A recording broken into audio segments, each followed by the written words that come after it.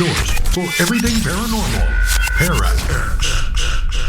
Throughout the ages, history has been altered by word of mouth and the misrepresentation of those who might not have been present when some of the world's most significant events took place. Channelers Barry and Connie Strohm bring through the spirits of those who actually witnessed or took part in these historical events and lets them tell their stories in their own words. Welcome to Channeling History. And now, here are your hosts, Barry and Connie Strohm. Good evening, everybody, and welcome to Channeling History. By now, you probably know that we're the only show where we speak to the souls that made things happen, and all of our guests are on the other side. And we are brought to you every Sunday night on the ParaX Radio Network. I'm Barry Strohm, your host, and I will be doing the channeling tonight. And I'm Connie Strohm, your co-host, and I will be asking the questions of our spirit guest this evening. Next week, we will be channeling the spirits of George Custer and Crazy Horse. A bit of a change. We expect this to be a very interesting show. We have been conducting special channelings with the spirits of Prophet Muhammad. These channelings are also available on our YouTube channel. Tonight, we're going to be speaking with the spirit of the famous Russian Empress Catherine the Great. She ruled Russia from 1762 to 1796. Her life was quite interesting, and we are really looking forward to some of her answers. Join us in the chat room and submit your own questions. We never know in advance what our spirit guests are going to say, so we always feel it's prudent to include a disclaimer. The opinions or statements voiced on our show are the channeled words of the spirits, do not necessarily reflect our opinions, those of the ParaX Network, or our sponsors. All of our shows are available on our YouTube channel in Barry's name, Barry Strohm, or if you would like to download them, go to Podomatic.com and just search Channeling History. We are currently doing a podcast named Weekly Message from Jesus, in which we bring a message of faith and inspiration to help guide us through the current troubled times. We post new messages from our Lord on each Wednesday. On Sunday mornings, we do a podcast with Reverend Bill Eggleston, in which Barry channels the message from a Holy Spirit. I would like to thank all of you that take the time to listen to our show and even join us in our chat room. Your questions are always appreciated. Please tell your friends about us so we can continue to grow our audience. Now, before we channel, we always say a prayer of protection. This prayer was given to us by the spirit guides when we first began to communicate. The guides were very careful to tell us never to invite evil and to always seek protection when we open a channel to the other side. So Connie's now going to say the prayer, and we will begin to channel with Catherine the Great. God, please grant us your wisdom and protection. Grant us the knowledge that we can handle and keep us safe from all things that will harm us. Keep the messages positive and pure love. Keep us safe from our egos. We ask these things in the light of the seen, the unseen, and the honesty of God. Okay, Connie, it's going to be really interesting with Catherine tonight, so let's get started. Okay, Catherine, thank you so much for joining us. We really appreciate it. Would you like to begin with a message? Yes, I would. First, I would like to thank you for inviting me. I never thought that I would ever get an opportunity like this again. It was a long time since I governed in Russia, and many, many things have changed. Many of my opinions have certainly changed since that time. I led a very interesting life. I governed for over 30 years, which at that time was almost a miracle. Keep in mind that Russia was very, very violent during those days, and keep in mind that many of the rulers were killed. So I thank God for being able to allow me that time period. I did some things that I think were good, and some things turned out not so good. But I know that you've prepared a lot of questions for us, and I look forward to them. Thank you. You were born in Germany, not Russia. to a relatively poor family. Will you tell us about your family? My family did have a history of aristocrats in their past. My family was actually quite poor, even though that we did know a lot of politicians and a lot of very important people. My mother was very ambitious, and she, in fact, wanted me to be very successful and to marry someone of great importance. Now, keep in mind, in those days, that most of the weddings were arranged. If a country wanted to build a relationship with another country, they would have members of their royalty add to it and marry each other so that they could solidify their political arrangements. My mother trained me in many things. She taught me how to be very friendly. She taught me how to speak different languages. She taught me many of the things that a person would need if they were going to rule a nation. She arranged for us to actually go to Russia. She arranged that I met the right people. In those days, I considered myself very attractive. I was quite intelligent, if I must say so myself, and a good conversationalist, and had a good sense of humor. I impressed the Empress Elizabeth, who was in charge, and she arranged for me to marry the person that would take over the throne of Russia. How were you educated? I had private tutors. People helped me. But a lot of what I did was self-education. Once I knew that I would be in line for the throne of Russia, I studied very hard. I learned to speak Russian. I was German, and I had to learn the language. I learned as much about the Russian people as I could, and I basically tried to educate myself. I became friends with some of the great poets, Voltaire. I studied art. I had a lot of people help me with my education. I did everything that I thought would be required to be a good leader, a good person, and I also had to learn how to rely on others about things like military tactics. I tried to learn some of it. I was very good as an equestrian. I did many things that I thought would help, and apparently they did. What were your beliefs in God? Being in Germany, I had a very strong Christian religion. My mother taught me that God existed, taught us how to pray. When I moved to Russia, I became a member of the Orthodox Church. I wanted to worship just the same as other people worshiped in Russia. I always believed in him. I must admit that I did not do a lot of things that he approved of, but I did some things that he did. I always had faith. That was one thing that throughout my life did not change. During your youth, how was Russia regarded by the rest of the world? Russia was regarded as a very backward country. It was huge. Still is huge, by the way.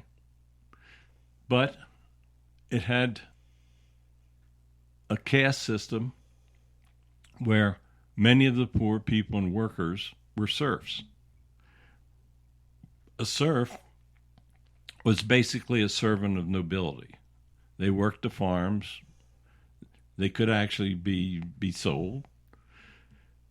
They were very similar to slaves in the United States. The product of having an economy relying upon serfs made it very difficult with other members of the world economies. It seems as though Russia was always at war with somebody. There were many people that looked down on the leadership of Russia. It was, well, I guess the best way to say it was they just thought we were a very backward country, and I guess in many ways we were. Russia was ruled by Empress Elizabeth during this period. Will you tell us about Elizabeth?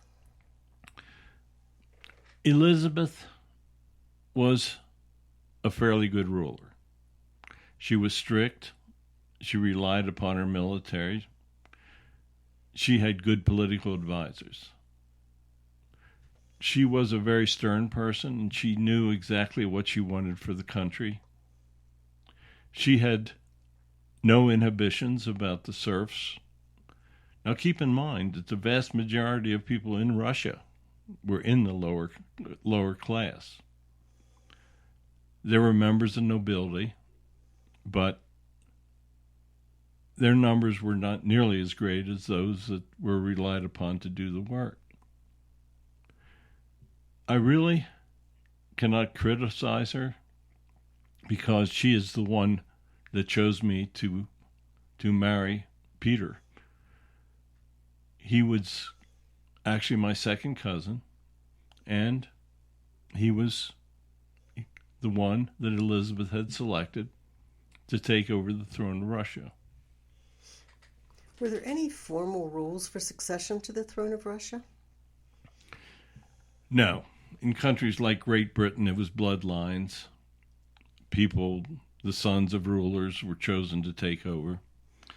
But at that time in Russia, there was no specific way that the next ruler would be picked. There was always a power struggle going on to rule Russia. The individual that was in power would choose a member of their family to take over. There was no constitution that truly laid out the rules of secession. There was a very strong reliance on military power, and what it came down to basically was that those that controlled the military would control the government of Russia.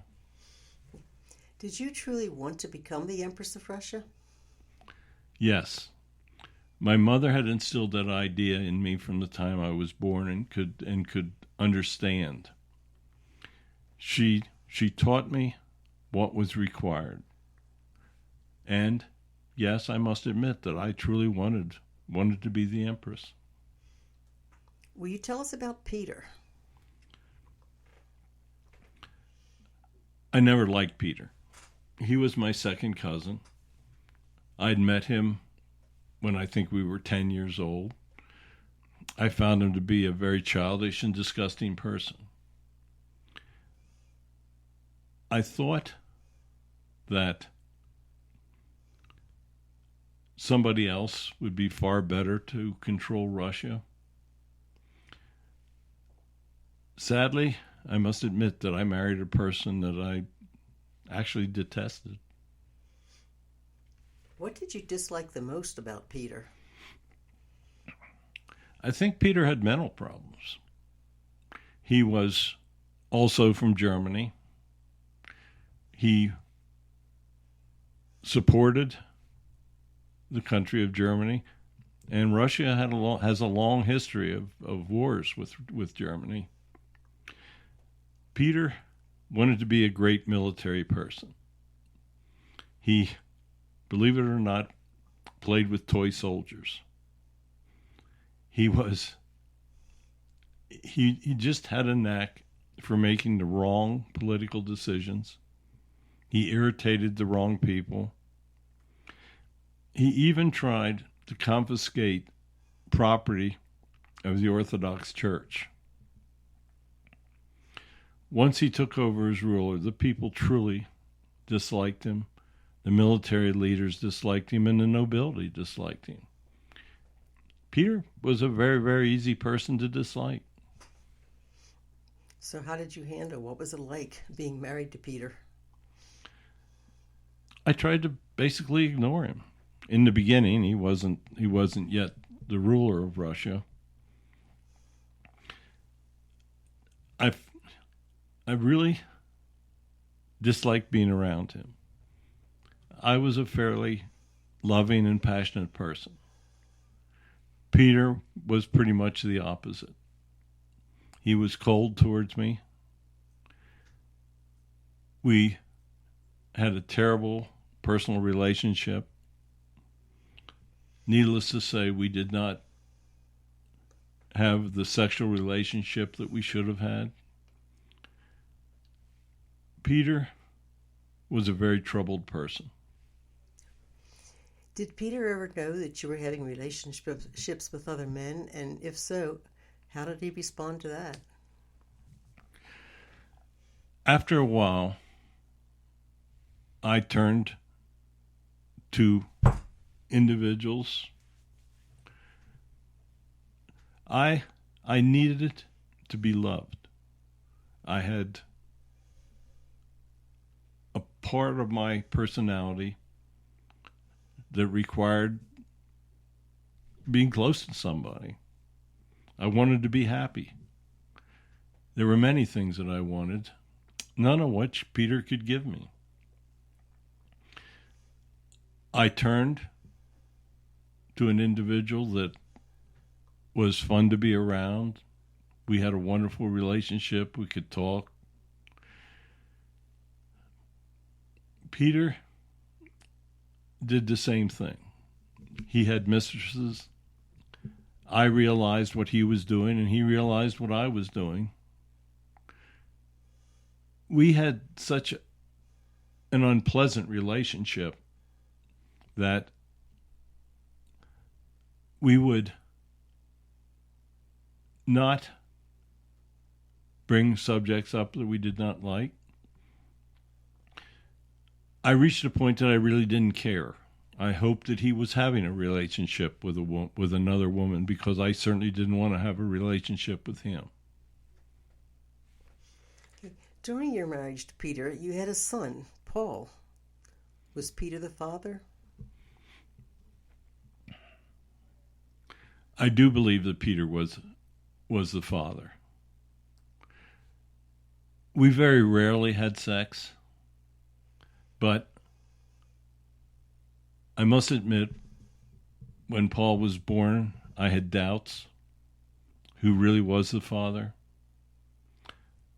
I was having a relationship with Sergei at the time, but as Paul matured, he had the physical characteristics of Peter. I truly did believe it for a while that Sergei was the father, but as I watched Paul grow older, he had physical relationships to Peter. Will you describe your relationship with your son, Paul? When Paul was born, keep in mind that Elizabeth was the empress and all-powerful. She literally took over raising my son, Paul. She groomed him to take over eventually as ruler of Russia. In many ways, she turned Paul against me. She obviously favored Peter, and when she was present with Paul, she would speak against me. I never had a good relationship with my son. I also realized that he had many of the characteristics of Peter as he grew older. Once I assumed the throne, it would have been logical for me to support Paul as being the person that would take over for me when I could no longer rule. I thought that Paul was not capable of ruling. I thought that he would make a lot of bad decisions. So I never really supported him. What happened after Peter ascended the throne? Peter was a disaster. He irritated the nobility, and as today, there are nobility that are very important in the Russian government, although they're not considered nobility. He irritated the military. He basically made bad decisions, irritated the church. In Russia in those days, when you irritated the military, you had a serious problem. I felt that he was probably going to divorce me, that there were rumors that he had secretly married his mistress. He was isolating me after he took over control. I felt that my life was probably in danger. I had this great relationship with the military. At this time, I had another lover. Alexei was very important in the military, and he did a lot to help build my powers. I felt that we had to act very rapidly, and after Peter was ruler for approximately 6 months, he was in another city. I used the military to basically take over, and when he returned, we arrested him and put him in prison. Why do you think he treated you so badly? He had mental problems, and some of it was that I treated him poorly as well. I have to take some responsibility, but he was such a poor governing individual. He just continuously made bad decisions. Not even though he tried to be a military person, he turned the military against him. I knew that it was inevitable that he would be overthrown as ruler. I had my chance to exert my power and take over. I truly felt that that was best for the country. Is it true that you had no legal right to rule Russia? As I said before, there was no legally laid out right of assumption of power in Russia at that time. It was truly a time when might did make right. I had the military support, and I took advantage of it. Okay, and as you mentioned, your lover, Alexei, his brother killed Peter in prison. Were you responsible for the killing of your husband? I do not consider myself responsible. I think that Alexei felt that it was the only way that my governing powers could be assured into the long run. I may have said things like, I wish he was dead, and I think Alexei took that literally. He did have his brother kill Peter in prison. There's no question about that. I may have been indirectly responsible, but I never, ever gave him a direct order to kill Peter. And you were not aware of it before it happened? No. I may have thought that Alexei's anger could result in something very bad like that. But I had no sure knowledge that it was going to take place. How did his killing affect your reign? Many of the people resented it. They felt that they believed that I'd had my husband killed. And for quite some time, I got a lot of criticism, and a lot of people did not help to support me during that period. When you began your reign, what was your plan for serfs in Russia?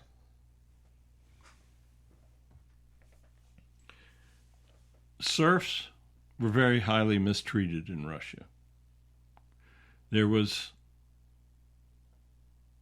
treated like slaves, to be honest with you. I had been studying. I felt that I was enlightened. I felt that I could rule with the abilities to help their lifestyle.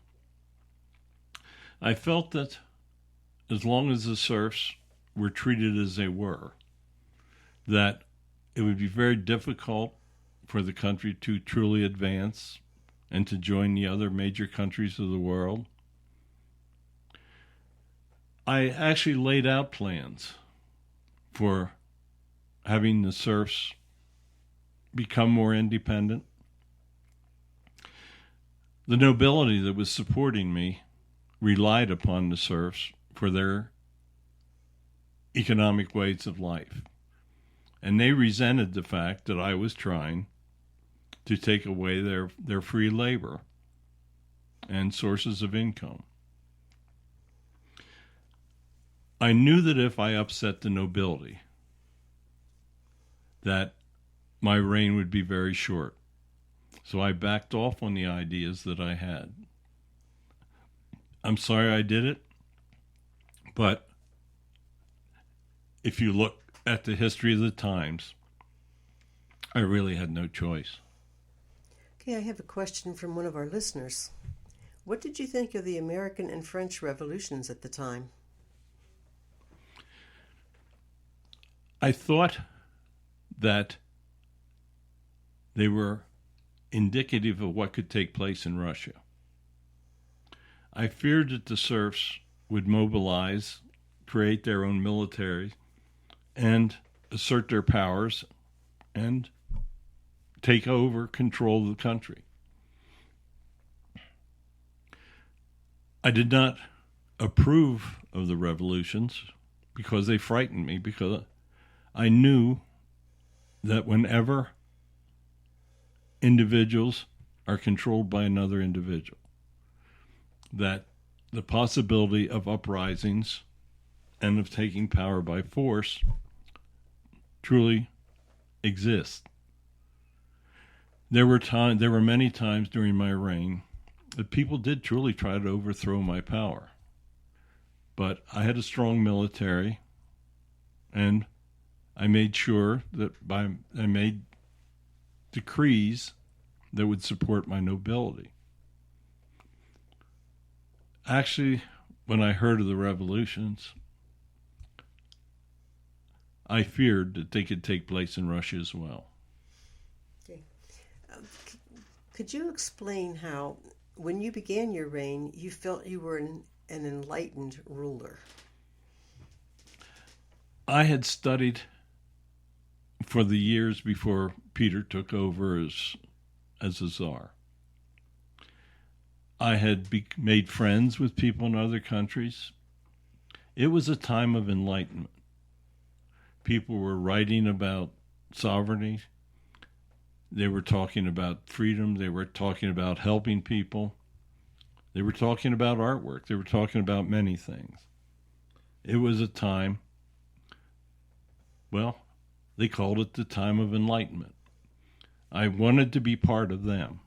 I did not want to be part of the old ruling aristocracy of Russia. I felt that it was time for Russia to move ahead, and that the only way to do it was to gain the support of those that felt that they were enlightened. Okay, let's take a small break here. We will be back in a couple minutes. Don't go away. Channeling History will return right after these brief messages. In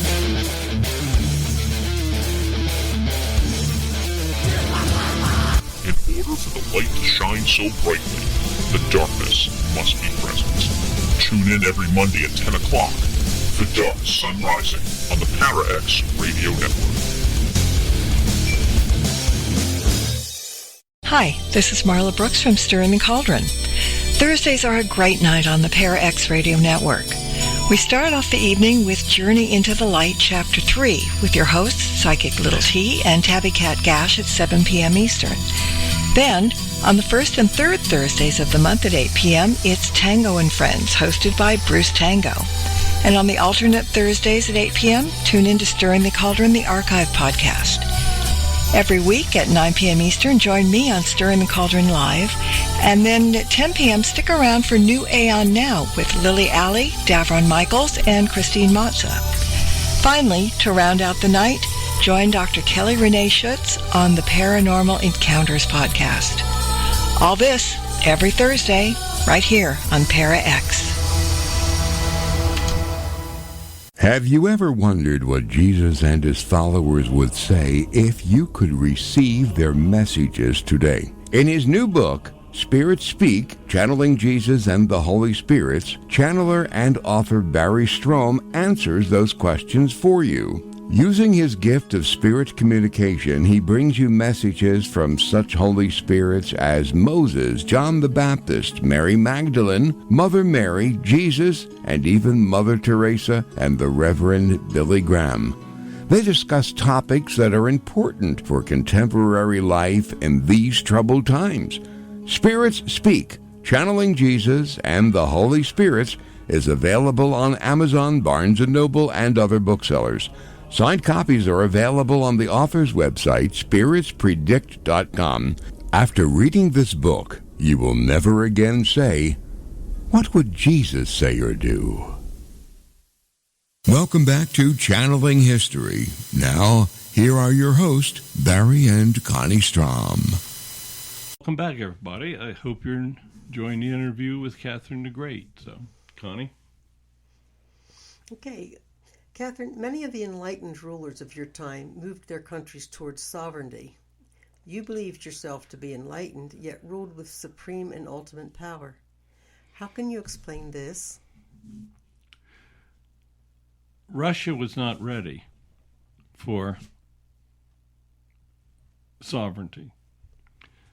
The serfs, as I said, were uneducated.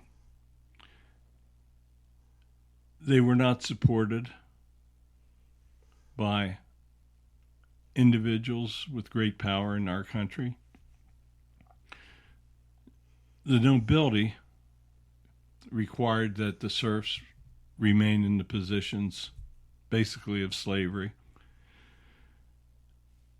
I realized that my future rested with the military and the nobility, and not with the serfs of our country. Yes, I wished I could have helped them, but I realized that if I helped them, I would be removed from power. Yes, that's being a hypocrite. There's no question about it.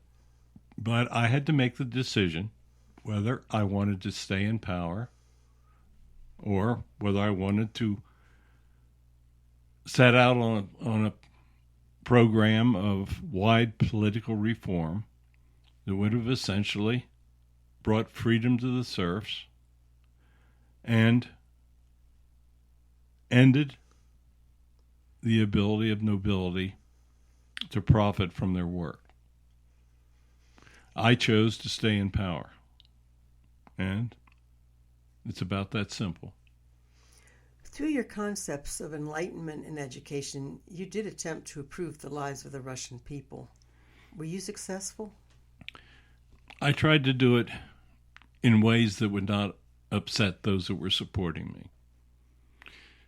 I set up art collections I set up a university to help educate women.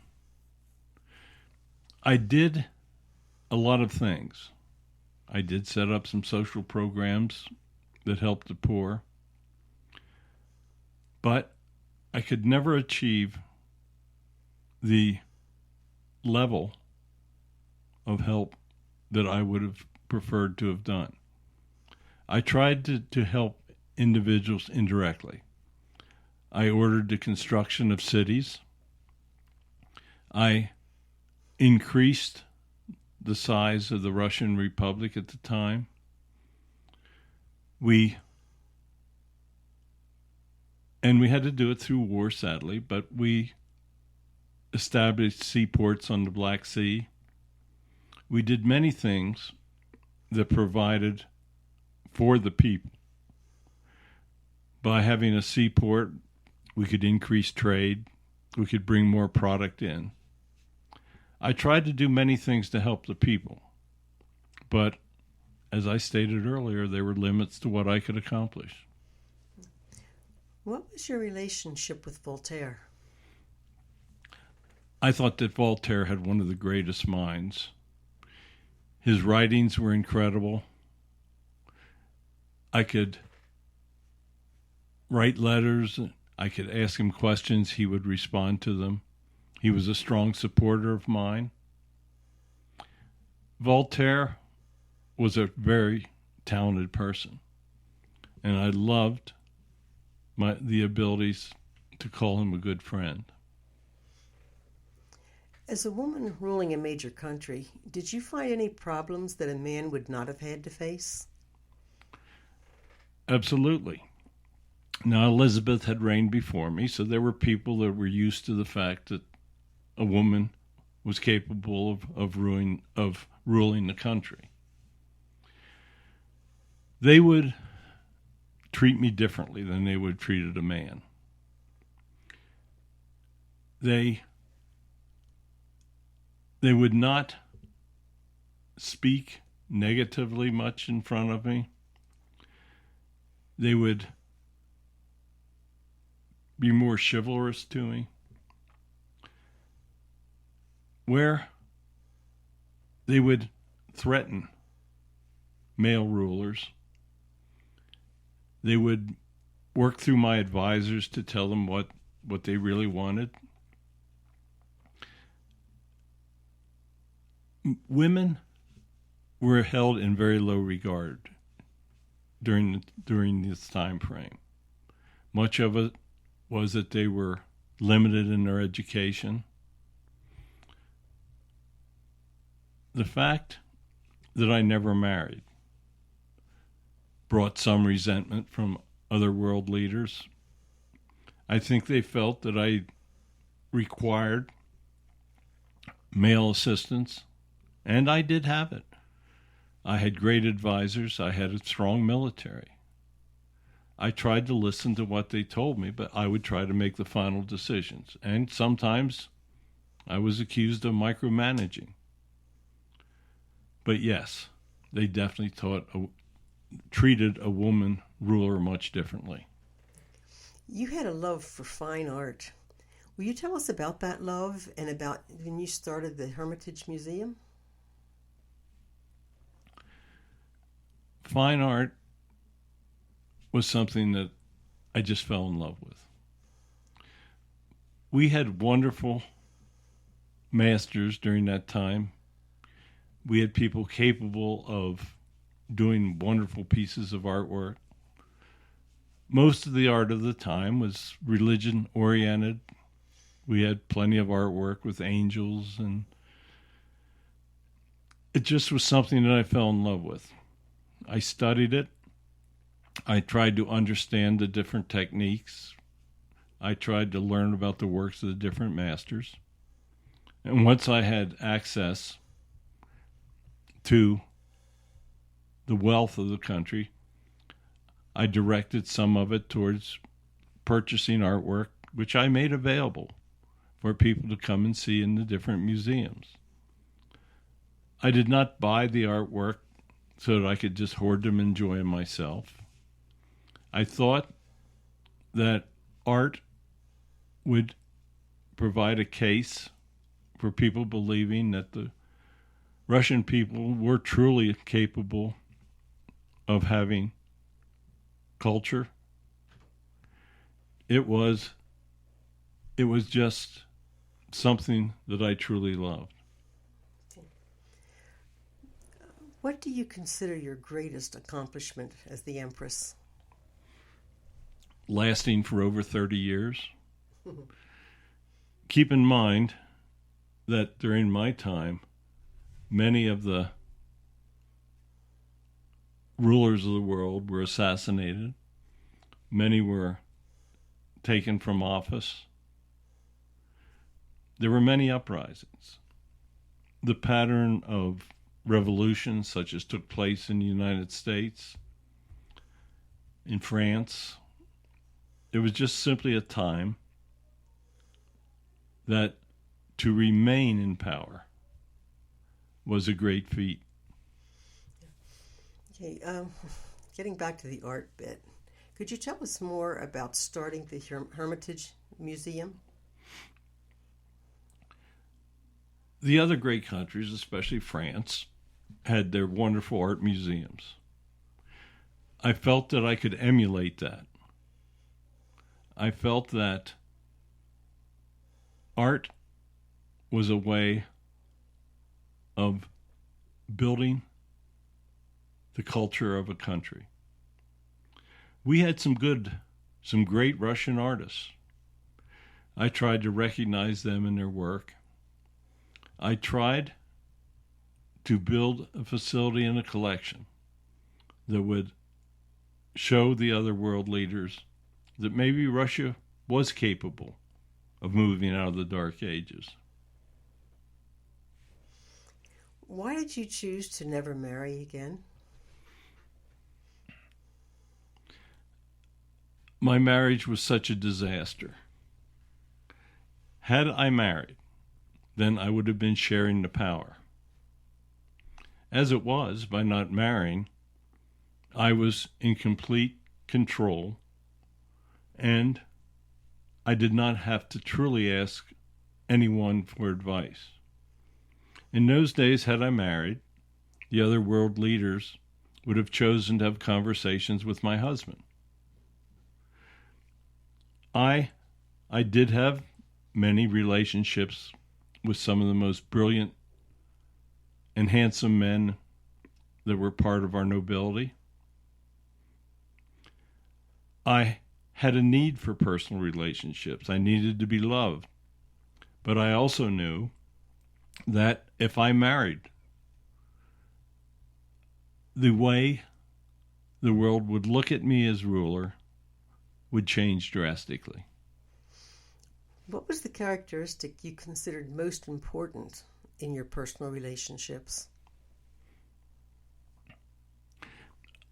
I think that I had a very good personality. I could end relationships in a very friendly manner. I tried to treat others in a manner that they would not be upset. Men have a knack of totally irritating others when they disagree with them, and that can often lead to violence. While we fought many wars and won many wars while I was Empress, I tried to have as many allies as possible.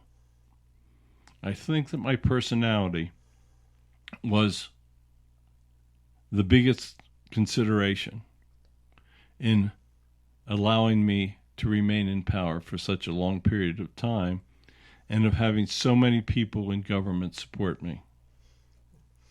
How many personal relationships did you have in your lifetime?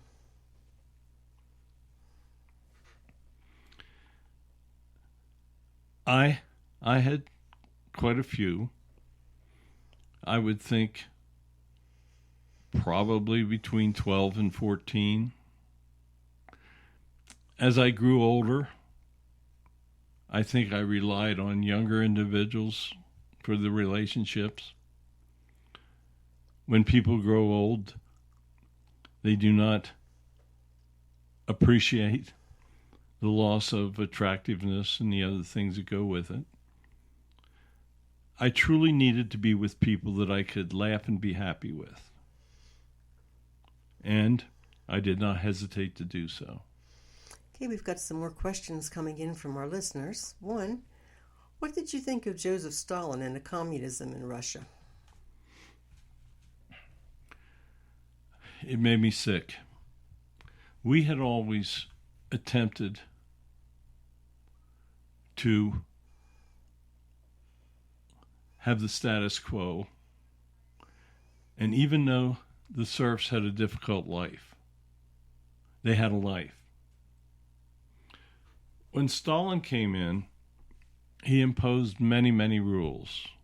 He killed millions of people. He brought a type of government that in reality could never function in the long run.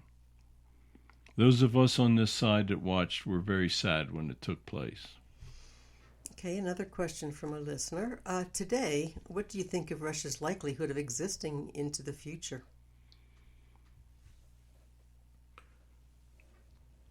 I'm very saddened by what is currently taking place with Russia. The government that Russia has had has taken advantage of its people. Now, yes, my government took advantage of the people as well. But times have changed. The people of Russia deserve to have a good life. The current government has stolen funds. They've diverted funds that were needed for defense. And they really have done nothing to help the poor of the country. Sadly, the Russian people are used to being abused. Throughout the ages, it has just been the way of things for them. They've become very stoic, and they accept the fact that their lives, unless you're part of the nobility or the rich, are going to be very difficult. I would hope that the Russian people make up their minds that they're going to take over control of their country, that they're going to get a more democratic style of government, and they're going to have honest elections and put people in that will honestly help them. I hope that they put people in that will work with the other members of the world. The fact that Russia has so many weapons of mass destruction makes them feared by the other countries, and they're treated as a pariah. If they would have enough weapons to simply defend themselves and quit threatening the rest of the world and have leaders that would try to do something for the people, Russia could be a magnificent country. We have magnificent architecture. We have many cultural things. But sadly, the current government has failed the people. Okay, during your reign, you expanded the borders of Russia into the areas of Ukraine and Crimea. President Putin is currently attempting to do the same. Were the reasons you used to enlarge the empire the same as those being used by Putin? President Putin is using the same reasoning that we used. In our time, we were at war with many of these countries. We needed access to the Black Sea for shipping. We expanded our country through force. He is using the same excuses, but he is not carrying out. He's doing it because of personal ambition and power. I never did it for that. I did it because we needed to expand our borders in order to help our country to make more income. He is doing it aggressively. He's killing innocent people. He's doing many things that are going to harm Russia far into the future. We were very sad over here as we watch all this. Yeah. Was there any conspiracy involved in your death? No, I had a normal death. I had a stroke, and it is what took me. Okay, there are many lies that were made up about you by your detractors, especially after your death. How did that affect you as you watched from the other side? It saddened me to hear what people were saying about me. I knew that I was not perfect, and I knew that many people ridiculed me for my personal relationships with men. The lies that they made up were sickening. And the sickening part is that other people paid attention to them and believed them. I wish that things could be different, but I understood the evilness of people. And once I couldn't defend myself, there really wasn't too much I could do. Yeah. Do you think the current government will ever use weapons of mass destruction? I sincerely hope not. Common sense and reason dictates that they should never ever even consider it as an offensive weapon. I can understand having weapons to defend yourself, but you are living in a time of assured mutual destruction. If Russia uses a weapon of mass destruction offensively, other countries will respond, and Russia as we know it will be destroyed.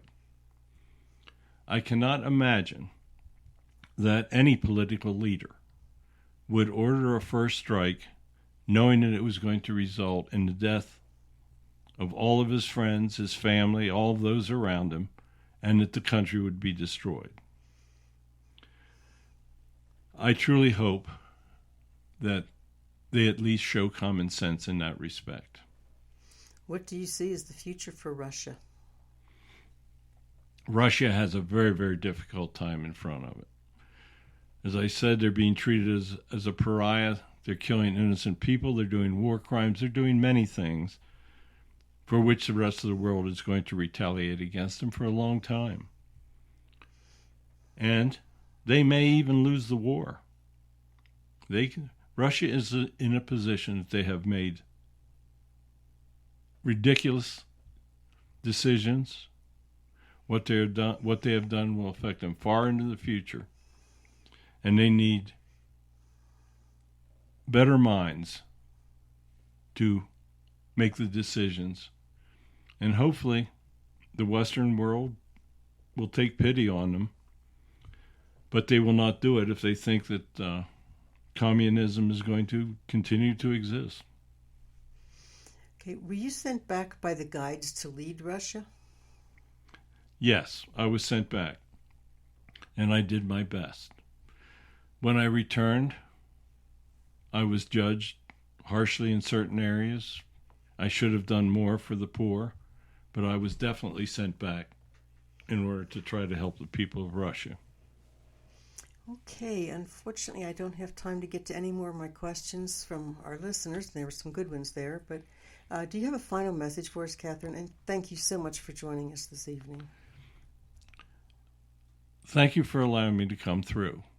I hope that calmer heads will prevail in my home country. They need strong leadership that will allow them to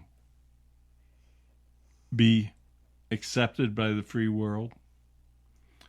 The present power structure will just simply destroy the country.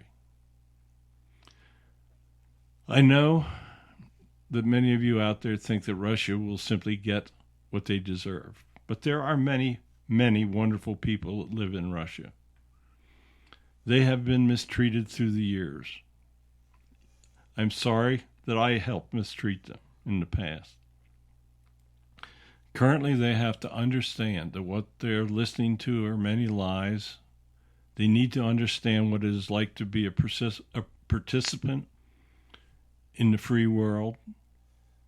They need to simply be treated like humans, told the truth, and to adopt government styles like the rest of the nations. I hope that comes true in the future. I would like to thank all of you once again for allowing me to speak. I tried to do my best. Many ways I failed, I admit that. But the failures that you're seeing in modern Russia far outweigh any failures that I could have ever conceived of. So thank you. Thank you for having me. If you ever wish me to come back, I would be happy to do it. Thank you very much. Okay, as I mentioned earlier, next week we're going to be channeling the spirit of George Custer and Crazy Horse. And we're going to discuss the Battle of Little Bighorn. I wrote a conspiracy book that devoted an entire chapter to this. I have channeled with General Custer multiple times. We have not channeled with Crazy Horse before. Custer told me that he believed Crazy Horse was the one that killed him. So this should be a very, very interesting interview. Join us next week. It should be something that I know I'm looking forward to. You can, I can't even talk tonight. You can submit questions, suggestions for future guests through our email, channelinghistoryonparax@gmail.com. That's channelinghistoryonparax@gmail.com. Our website has got over almost 280 videos on it. We're doing a lot of very special channelings now with spirits such as Mohammed. We bring the message of Jesus every Wednesday. We bring you other Holy Spirits on Sunday mornings on Eternity Speaks. It's all present on my YouTube channel. Tell your friends about it. When you're there, subscribe. Let me know what your comments are. I always appreciate it, and I try to answer them. I thank you very much for allowing us to come into your living rooms or cars or wherever we come to with this radio show. We will be back again next week on Sunday at 9 o'clock Eastern. Thank you for listening, and please tell your friends about us. And I would also like to thank you for joining us this evening. You all have a wonderful week. God bless you all. Thanks for listening to Channeling History. Tune in again next week for another electrifying episode, as we never know who will make an appearance or who will come through the portal. Any rebroadcast or other use of this program without explicit permission is strictly prohibited. Copyright 2020. Our Story Begins by Kevin MacLeod, licensed through Incompetech.com.